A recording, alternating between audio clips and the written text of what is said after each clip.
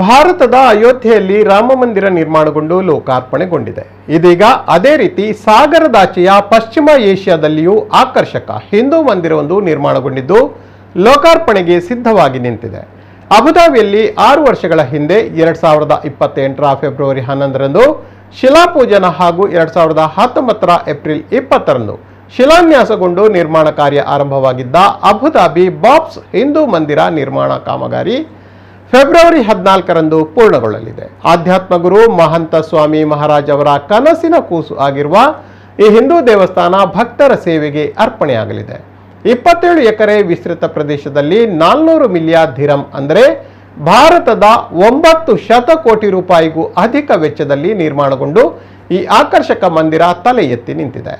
ಭಾರತದಿಂದ 25,000 ಕೆತ್ತನೆ ಕಲ್ಲುಗಳನ್ನು ಈ ಸುಂದರ ಕಟ್ಟಡಕ್ಕೆ ಬಳಕೆ ಮಾಡಲಾಗಿದೆ.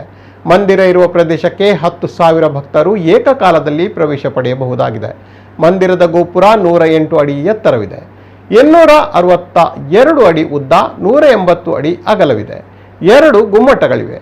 7 ಶಿಖರಗಳು UAE ದೇಶದ 7 ಎಮಿರೇಟ್ಸ್ಗಳನ್ನು ಸಂಕೇತಿಸುತ್ತವೆ. 402 ಪಿಲ್ಲರ್ಗಳಿವೆ. ರಾಮಾಯಣ, ಶಿವಪುರಾಣ, ಭಾಗವತ, ಮಹಾಭಾರತ ಮತ್ತು ಸ್ವಾಮಿನಾರಾಯಣ, ವೆಂಕಟೇಶ್ವರ, ಅಯ್ಯಪ್ಪ ಮಾತ್ರವಲ್ಲದೆ UAE ದೇಶದ ಸಂಕೇತಗಳಾದ ಕುದುರೆ ಮತ್ತು ಒಂಟೆಗಳ ಚಿತ್ರಗಳನ್ನು ಮಂದಿರದ ಗೋಡೆಗಳಲ್ಲಿ ಕೆತ್ತಲಾಗಿದೆ. ಈ ಮಂದಿರದ ಗರ್ಭಗುಡಿ ನಿರ್ಮಾಣ ಮತ್ತು ಇತರ ಕಾಮಗಾರಿಗಳಲ್ಲಿ ಮಂಗಳೂರಿನ ತಂಡ ಕೂಡ ಸೇವೆಯನ್ನು ಒದಗಿಸಿದೆ.